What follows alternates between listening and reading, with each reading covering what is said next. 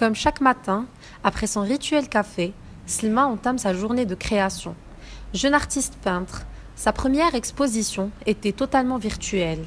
Aujourd'hui, elle a plus de 26 000 abonnés sur Facebook et près de 10 000 sur sa page Instagram. L'accès à l'art ne semble plus se dérouler exclusivement à travers les circuits traditionnels. Aujourd'hui, pour être artiste, il ne faut pas forcément avoir un atelier.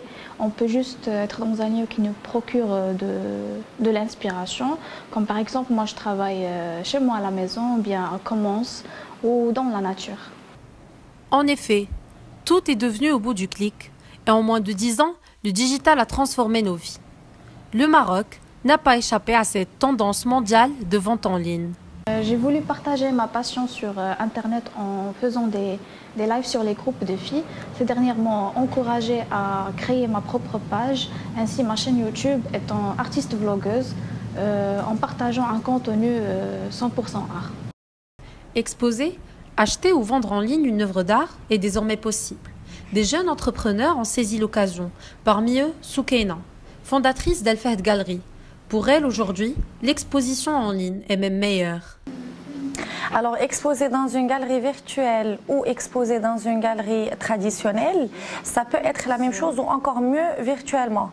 Car virtuellement, on touche un plus grand nombre de personnes, un plus grand public, un plus large. Or qu'une galerie physique, si on n'invite pas la personne à venir vers nous, on n'a pas ce passage et ce résultat qu'on espère étant virtuel. Actuellement, les médias sociaux représentent a priori des instruments essentiels de visibilité pour les artistes. Ils ont permis à Slma de se faire repérer et réaliser plusieurs collaborations.